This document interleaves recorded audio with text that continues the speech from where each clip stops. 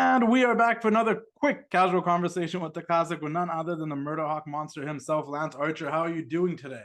I'm good, man. Yourself? I'm good. First things first, happy belated birthday. It was your birthday yesterday. I appreciate you. Thank you. Thank I you. hope you got to celebrate to an extent, but I was at work, so. fair enough. Hey, you could have like a huge birthday present this Sunday, AEW Revolution, March 3rd. This is Big true. All-Star 8-man scramble. First thing Right. I want to ask you is, how do you feel about the switch from Meat Madness to this 8-man scramble? Because you seem pretty excited for the Meat Madness. I think it was just a fun name, you know. I mean, some people liked it, some people didn't, but that's just how it is these days on the internet, especially. They love to hate just to hate, and I think it was going to be ultimately a really, really fun match. You obviously already had Will Hobbs, Wardlow, and myself in it. Obviously, the reason it changed because there were supposed to be some more big meaty men involved in it that couldn't be involved in it. So instead of trying to make it less meaty, we decided to push it off. And now we have the 8-man All-Star Scramble, which obviously the winner of that, me, is going to become the #1 contender for the AEW World Heavyweight title. We saw you eating some eggs and bacon before the big Meat Madness match. I guess we got to see you eating some scrambled eggs before we get to the big 8-man scramble. Well, I usually only eat scrambled eggs, so it just makes sense. There you go. There you go. I had a couple more questions for you. The first thing I want to ask you was, you got a rich history of working in New Japan. You've had lots of years of a lot of success. There's a ton of things changing in the industry right now. One of the first things I want to ask you is, with the rumors swirling about Okada being a free agent, leaving New Japan, are you looking forward to maybe coming to AEW? And what are your thoughts on that? I mean, if he shows up in AEW, the Rainmaker knows what he gets into when he steps in the ring with me. You know, I got the luxury of or the honor of being around him, when he first returned back to New Japan, when the Rainmaker was born, making his debut at Wrestle Kingdom, and then watching him skyrocket up as the IWGP heavyweight champion, wrestling him time and time again in G1s and other scenarios like that. And then the pandemic hit and, we couldn't go back to Japan, but, I'd signed on with AEW at the time. So for me, it was a good timing professionally because nobody knew the pandemic was coming, but I signed on with AEW in early 2020. Obviously, everything changed. The pandemic came. But New Japan was a very difficult place because of the travel restrictions that existed. So I didn't get to go back to Japan for, almost over 2 years. And then finally got to go back in summer of 2022, in my final match of that G1, which was an odd G1 to begin with because the fans were still not allowed to cheer. We'd have full houses, they could clap, they could oohs and ahs, but there was no like loud cheering and chanting of names or singing of songs or anything like that. So it was a different and new experience, but I got to work with Okada at the world famous Budokan, with an opportunity to continue on to move on in the tournament. But, he bested me. But the match itself was one of my most memorable matches. A lot of people were, from my understanding, were very happy with it, very excited about it. And it was kind of another one of those, they know who Okada is. He was the Rainmaker. He's heavyweight champion many times over, biggest star in New Japan at the time, and one of the biggest in the history of New Japan. And like I've had a couple of those moments in my career, Will Ospreay, who just showed up with us, having matches with him where people knew who Will Ospreay was and how amazing he is. And was at the time, but they just didn't understand what I was able to do in the ring. And when I stepped it up with him, it opened a lot of people's eyes. And then fast forward with Okada, it was kind of the same scenario in the G1. If he does, I'm excited about, knocking the teeth out of the Rainmaker yet again. No, it'd be great. We get to run it back a few times. And then my next question for you then, I guess, is, the involvement with New Japan a lot. Of course, the popular event that's been going on for the last couple of years is Forbidden Door. Right. Do you have a dream match that you'd want to have a Forbidden Door? Is there someone from New Japan that you haven't worked with for a while? Let's say outside of Okada or Ospreay that you would love to work with that you haven't in quite a bit at a Forbidden Door? Yeah, I mean, a lot of times when people ask me, like, what are your dream matches and things like that, for me, it's always in a championship realm. So for me, it's like, who are the champions? And obviously, Naito right now is the champion. He has a big title match with Mox at the Windy City event in Chicago, coming up for New Japan Strong here in the US. So who knows what's going to happen with that? But let's say Naito keeps the championship. Well, he's the guy that I'd want to have a Forbidden Door match with, main event match with, and I'd love to beat him and finally become the IWGP heavyweight champion. And it would be amazing to be able to do it at Forbidden Door in the US, and on a AEW / New Japan platform. And now Forbidden Doors, is I think it's going to be more of an expanded show. Traditionally it feels like it's just been like AEW in New Japan. And I feel like with all the relationships you're seeing, all the CMLL guys come in these days, who knows what Forbidden Door is going to turn into. It could simply continue to be what it's been, AEW New Japan, or it could be an expansion of a lot of different open doors that could show up with a lot of different talents from a lot of different companies around the world. And I think that's what makes Open Door so cool, is the fact that it's not just an AEW show with the amazing talent that AEW has, but the possibility of AEW, New Japan, CMLL, and who knows what else. Has there been any of those CMLL stars that you've thought you've wanted to get in the ring with yourself, or? I've actually been in the ring with Atlantis Jr., who just fought Jericho. He was a part of the World Tag League that I was in last November and December. I don't know a lot of the CMLL stars, but I would love to figure out who's some of their biggest and best, and take them to the edge and toss them over it. One of the things that really stand out about your AEW run is you coming out and tossing guys as you entrance and all that. How did that come about, and how do these guys that you are tossing around prepare for that? It looks pretty rough sometimes. They don't prepare for it. That's what the fun part is, that I just kind of snatch them up, yank them out, and throw them out the dang door. It's kind of an expansion of what I was doing in New Japan. It's kind of been a morphing. While I was in New Japan at one point, I was coming out with countless numbers of water bottles, and they were stuffed in every pocket I had in my pants and in my hand.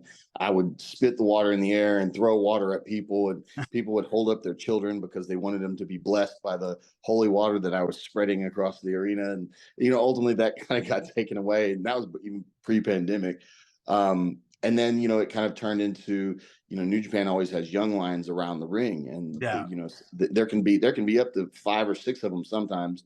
And so my goal was just to kind of involve every single one of them by knocking the crap out of each one as I went by. And it kind of, even though I'm a bad guy in that sense, sometimes the fans kind of gravitate towards it because it's fun. Now, fast forward to AEW, we don't really have like young lions around the ring. Sometimes we have unlucky security, but for the most part, I have to go and find my own victims. And a lot of times that ends up being my opponent. So I'm carrying them down the ramp. I'm kicking them down the ramp. I'm throwing them down the ramp. They're running from me down the ramp. Just depends on what's happening. And I think for the fans, sometimes that's as much fun or more fun about my matches and my entrance than the match itself. Sometimes that's what you remember. Is like, I always specifically remember you carrying your opponent to the ring yourself, already over your shoulder, and you're like, what? Or the one that's gone viral and probably the most popular is when you threw the guy through the ceiling. That's one that people still talk about all the time. Great relationship since the beginning with Jake the Snake Roberts. He's been a mentor and a manager to you. I was curious how you felt about that relationship when you heard that you were going to be paired up with Jake the Snake, and if there's any advice he's ever given you that's really stuck with you. Yeah, Jake's been amazing, man. When I was coming into AEW, the thing is I'd been in Japan for like 9 years at that point. And, my last US run was with WWE, and it wasn't a very good run. It was very, a cup of coffee, as we like to say sometimes. So I'd really been out of the American wrestling scene, minus a few independents here and there, for well over a decade. So coming back into the US scene on national TV, and Jake, who he is, the legend that he is, the icon that he is, people know Jake the Snake Roberts, and he's one of the best promo guys that has ever grabbed a microphone in the business.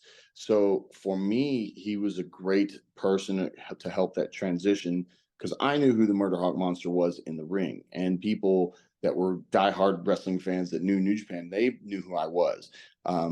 People in the US kind of knew who I was to some degree, but there were probably a lot of people that had no idea who I was. So that combination of Jake the Snake Roberts, when everybody knows who Jake the Snake Roberts is, he's bringing in his client. His client ended up being me. It gives me an immediate legitimacy in the US market. And then you asked, what is the biggest piece of advice he gave me?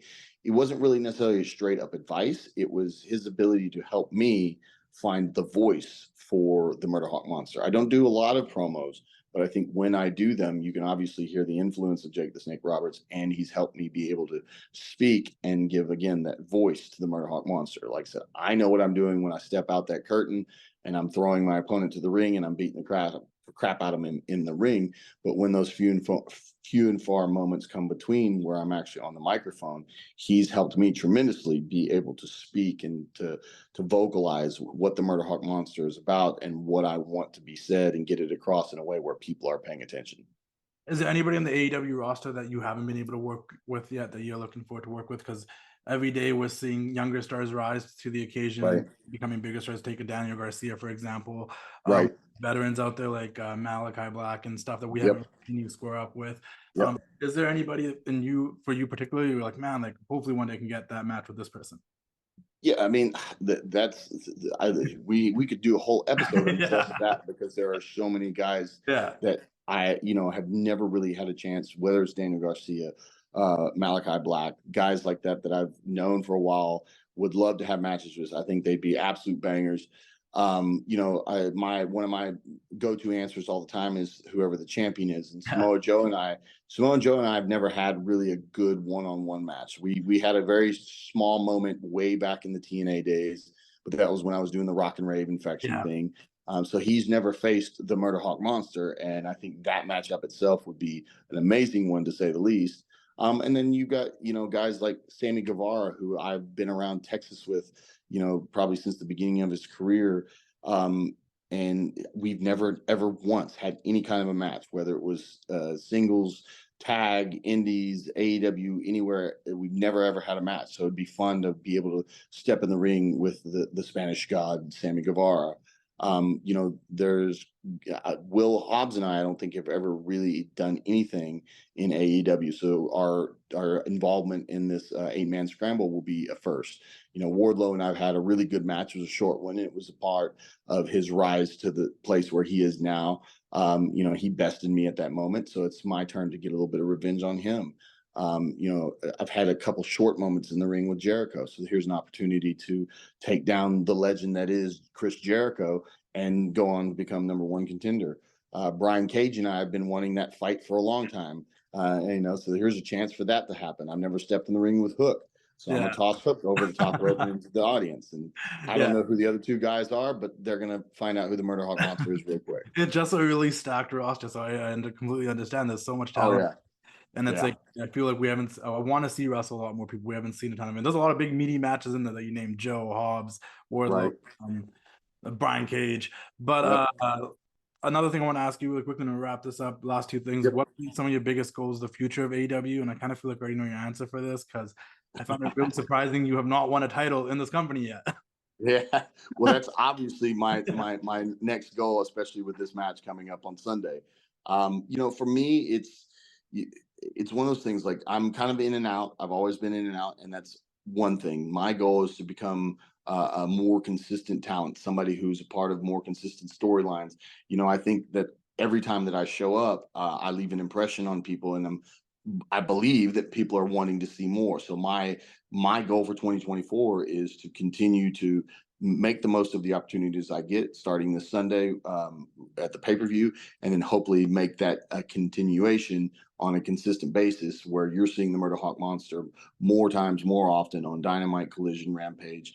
And then, like I said, ultimately some gold around the waist of the Murderhawk Monster in 2024. I'll say, from a fan perspective, for sure, every time we see you, we know you're a threat. I think we know more people are in danger. So I definitely agree with that. Last but not least, I like to ask this question to everyone. I know we've had a shorter conversation, so we really didn't get to dive too much into it. But looking back at your life and career and everything you've done up to now, I mean, it was just your birthday. I usually get reminiscent around my birthday about my life, so it might have happened for you too a little bit. But I feel like you've made your younger self proud. Yeah, I think the big thing that I've learned, there's different degrees of success in the business of professional wrestling and life in general. And I think the younger self they'd be very happy with the fact that, I'm coming up on 24 years in wrestling, that I'm still here working with one of the biggest companies in the world, working at a high level, at a high rate, even, for how long I've been in the business. So I think the younger self would be very proud of all that aspect, the never say die, never quit attitude, the always finding an avenue, because the path to success isn't always a straight one. And mine's had a lot of curves, a lot of bumps and bruises along the way. But my I'm proud of myself, and I think the younger self would be proud of me as well for never giving up and always finding a path to success in one form or another. No, 100%. I love that answer. And as far as I know, like I've watched you in TNA and the whole journey. So I'm like, you've always been around. So you've always been wrestling. So like, the younger self wanted to be. You can't get rid of me. I'm Yeah, like a so cockroach if after a the nuclear. younger self wanted to be a professional wrestler, you definitely have done that. Thank you so much for your time. Wish you the best luck. This Sunday at AEW Revolution, guys, March 3rd, Revolution, an 8-man scramble match. The winner gets a shot at the AEW World Championship. Maybe we'll get to see the Murderhawk Monster Lance Archer against Samoa Joe, guys. Make sure you tune in. And yeah, thank you so much. Appreciate your time. Thank you. Thank you. It's time to say goodnight. We sincerely appreciate your patronage and hope we've succeeded in bringing you an enjoyable evening of entertainment. Please drive home carefully and come back again soon. Good night.